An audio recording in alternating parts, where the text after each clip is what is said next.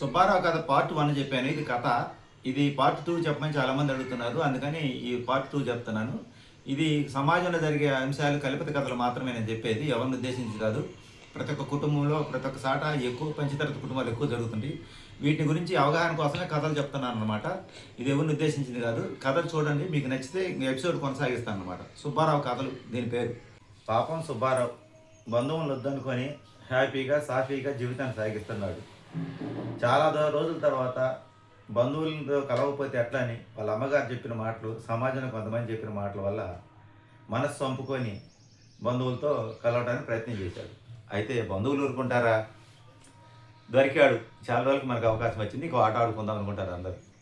సుబ్బారావు సరేలే, మన వాళ్ళే కదా, వాళ్ళకి మనకు గొడవలు ఏం లేదు, మన పిల్లల్ని చదివించుకోవడానికి వాళ్ళని పెంచుకోవడానికి ఆర్థిక పరిస్థితులు బాగాలేక దూరంగా ఉన్నాం, సరేలే ఇటు పిల్లల పెళ్ళిళ్ళప్పుడు ఇటు కలిస్తే అన్నీ మర్చిపోతారని అని సుబ్బారావు అనుకున్నాడు. కానీ అత్త మామ బావమర్ది మరదళ్ళు పెదమ్మ చిన్నమ్మ పిల్లకాయలు వీళ్ళందరూ పగా ప్రతీకారం పెంచుకొని ఉండారు. ఈ సందర్భంలో సుబ్బారావు ఏం చేశాడంటే, ఇది కథేనండి, తల్లిగారు చెప్పిన మాటల ప్రకారం వాళ్ళ అక్క పిల్లకాయలని పిలిచాడు, వాళ్ళ అత్త మామని బావమర్ది అందరిని పిలిచాడు. ఇక్కడ ఒక్కొక్క సాగింపు ఒక్కొక్క విధంగా ఉంది. ఎలా ఉందంటే, అత్త మామ దగ్గరికి పోయి ఇలా మీ మనవరాలకి వివాహం చేస్తున్నాం, మీరు కొంచెం విచారించండి అని అడుగుతాడు. వాళ్ళ మామ ఏమంటాడంటే, మాకేం తెలియదయ్యా, మీ పెద్దమ్మ పిల్లకాయలు ఉంటారు కదా వాళ్ళ దగ్గరికి పోవాలి అని అంటాడు. సరే వాళ్ళ దగ్గరికి పోయి ఇలా అన్నయ్య అమ్మాయి మ్యారేజ్ చేయాలనుకుంటాను, కొంచెం విచారించండి, పలానా సాటి సంబంధం ఉంది కనుక్కోండి అంటే, సరే మాకు సంబంధం లేదని సుబ్బారావు మావ అన్నట్టు అంటే పర్లా, సరే సరే కనుక్కుందాం ఏం పర్లేదు అంటాడు సుబ్బారావు పెద్దమ్మ కొడుకు. ఇంకా తర్వాత దొరికారు సుబ్బారావు వీళ్ళందరికీ. ఇంకా అంతా అయిపోయింది, నిశ్చితార్థం దాకా వచ్చింది వ్యవహారం. సైలెంట్గా నిశ్చితార్థం జరిగేటప్పుడు అందరూ వస్తారు. ఆ నిశ్చితార్థానికి సుబ్బారావు బావమర్తిని కూడా సుబ్బారావు మామ పిలవమంటాడు. మా కొడుకుని పిలిస్తే నేను వస్తానని కొడుకుని పిలుస్తాడు. బావమర్తి నా తప్పు అయిపోయింది, క్షమించు, ఇలా రాండి నువ్వు నీ భార్య ఇద్దరు కూడా, నీ అప్పుడు గొడవల వల్ల రాలేకపోయాము, సరే ఏదైనా నాదే తప్పు, నన్ను క్షమించని చిన్నవాడైనా బావమర్తిని వేడుకుంటాడు సుబ్బారావు. అందరి దగ్గరికి పోయి చేతులు జోడించి దండం పెట్టి మరీ వేడుకుంటాడు. నా పరిస్థితి గతంలో జరిగిన మీకు మాకు జరిగిన గొడవలని మనసులో పెట్టుకోవద్దు, మనమంతా ఎల్లకాలం ఇలా కొట్టుకుంటూ ఉంటే ఎలా ఉంటుంది, బాగుండదు, మీ నుంచి నాకేం సహాయం వద్దు, సపోర్ట్గా ఉండండి చాలు, పక్కన నిలబడండి, మిమ్మల్ని నుంచి నేనేం కోరటం లేదని చెప్పి సుబ్బారావు అందరి దగ్గరికి పోయి వేడుకుంటాడు. అయినా పగబట్టిన బంధువులు ఊరుకుంటారా? అబ్బాయి గురించి ఎంక్వైరీ చేస్తారు. బావమరిది ఎంక్వైరీ చేస్తాడు. ఎంక్వైరీ చేసిన తర్వాత అబ్బాయి గాలివాడు, ఏం పని చేయడు, అప్పులు చేసి తాగి తందనాలకు తిరుగుతుందని ఇన్ఫర్మేషన్ తెలుసుకుంటాడు. మా బావ తెక్కేలా కుదరాలి, నేను ముంచుదామని నేను ఒక సంబంధం చూపిస్తే ఆ సంబంధంలో పడ్డా, నా ట్రాక్లో పడ్డా, ఇప్పుడు వీడంతటి వీడియో ఎత్తుక్కున్నాడు, మనకే చెప్పమన్నాడు అంటే దొంగోడి చేతి తాళం గుర్తించినట్టు. దొంగోడి చేతి తాళం ఇచ్చి జాగ్రత్తగా ఉండమంటే ఎట్లుంటుంది, శుభ్రంగా దోసుకొని పోతాడు, ఇంకా వాడి పని చేయి. అలాగే సుబ్బారావు కూడా దొంగోడి చేతి తాళం ఇచ్చినట్టుగా బావమర్తిని పెద్దమ్మ పిల్లకాయని వీళ్ళందరూ నమ్మటం జరిగింది అనమాట. మంచివాడి చేతులను పడుతున్నాడు.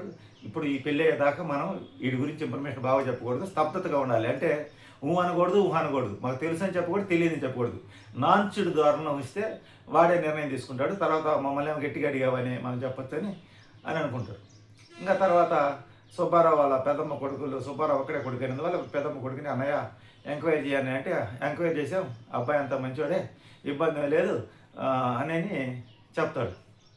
ఇంకా సుబ్బారావు వాళ్ళ అమ్మని అడుగుతాడు, అమ్మ నాకేం అర్థం కావట్లేదు, వీళ్ళేం పూర్తిగా చెప్పట్లేదు, సగం మింగుతున్నారు విషయం అంటే, నువ్వందరిని అలా కనిపనిస్తావు పిచ్చి నా కొడక అంటది సుబ్బారావు వాళ్ళ అమ్మ. ఇక్కడ సుబ్బారావు వాళ్ళ బంధువులు మాటల్లో ఉంటుంది, సుబ్బారావు తప్ప మిగతా వాళ్ళందరూ ఆమెకు మంచి వాళ్ళే. ఎందుకంటే చిన్నప్పటి నుంచి సుబ్బారావు ఆమె పెంచల, తాత నాయనమ్మ దగ్గర పెరుగుతాడు, దూరంగా పెరుగుతాడు. కానీ సుబ్బారావు విషయం ప్రతి ఒక్క విషయంలో తల్లి జోక్యం చేసుకుంటుంది. ఎందుకంటే ఆమె సహాయం సుబ్బారావు పొందుతుంది కాబట్టి, ఆమె చేసిన సహాయం, ఆమె పిల్లల చదువులకి వాటికి సహాయం చేసింది కాబట్టి, అందువల్ల సుబ్బారావు తల్లి మాట వినాల్సి వస్తుంది. ఇంకా అందరిని కాదని తల్లిని కూడా కాదంటే బాగుంటుంది కదా, చూసే సమాజం ఇంకా ఏదో ఉంటుంది కదా అని తల్లి మాట వినాల్సిన పరిస్థితి వస్తుంది అనమాట. తల్లి మాట విన్న సుబ్బారావు ఆమె చెప్పినట్టుగా వాళ్ళ అక్క పిల్లల్ని, సుబ్బారావు అత్తామావ బావమర్ది మరదలని వీళ్ళందరూ నమ్మినందుకు సుబ్బారావుకి ఏం జరిగింది ఫైనల్గా అంటే, అంతా ఎంక్వైరీ చేసి సైలెంట్గా ఉంటారు, సరైన దాంట్లో పడుతున్నారని. ఇంకా సుబ్బారావు కూతురు నిశ్చితార్థానికి బావమర్ది పెట్టి చేసి రాడు. సరే రానోడు ఆగిపోయాడా, సుబ్బారావు నిశ్చితార్థం రాడు, తర్వాత పెళ్లి సమయానికి వస్తాడనమాట. ఇంకా అత్త మామ వీళ్ళందరూ రావటం, సపోర్ట్ చేసినట్టు చేయటం. తర్వాత అంతా ఎంక్వైరీ చేసిన తర్వాత అతను అసలు వివరాలు బయట పెట్టరు. నిదానంగా తొందరపడద్దు, జాతకాలు చూపించుకుని అనే మాట కూడా అనలేదు. ఇంకా సుబ్బారావు ఒంటరి వాడయ్యాడు. అందరు పక్కనే ఉంటారు. సుబ్బారావుకి ఎవరు సపోర్ట్ చేయరు. ఏదైనా మాట్లాడితే మా మీరు ఏదైనా చెప్పండి అంటే మాకెందుకు లేదు అని సైలెంట్గా కూర్చుంటారు. కూర్చొని ఆ టైంలో సుబ్బారావు ఒంటరి వాడవుతాడు. పద్మవ్యూహంలోకి అభిమన్యుని నెట్టినట్టు చిన్నగా సుబ్బారావు అభిమన్యులని వ్యూహంలోకి నెడతారు. బంధువులందరూ ఒక వ్యూహాన్ని రచిస్తారన్నమాట. అత్త మామ బావమర్ది మరదళ్ళు ఇంకా మిగతా సుబ్బారావు పెద్ద మొక్కలకాయలు వీళ్ళందరూ కూడా దొరికాడు. ఈ సమయాన్ని మనం వినియోగించుకోకపోతే వీడు జారుకుంటే వీడిని దెబ్బ కొట్టడం మన వల్ల కాదని ఇలా ప్లాన్ చేసి సైలెంట్గా ఉండి సుబ్బారావుని అయితే పద్మవ్యూహంలో పంపిస్తారు. ఇలా బంధువులను నమ్మిన సుబ్బారావు జీవితం తర్వాత ఎన్ని మలుపులు తిరిగింది అనేది నెక్స్ట్ ఎపిసోడ్లో చూడండి. దూరం పెట్టిన బంధువుల్ని సుబ్బారావు నమ్మితే ఏం జరిగింది అనేది 3వ ఎపిసోడ్లో చెప్తా. వీడియో నచ్చితే లైక్ చేయండి. ఇలాగే కంటిన్యూ చూస్తూ ఉండండి.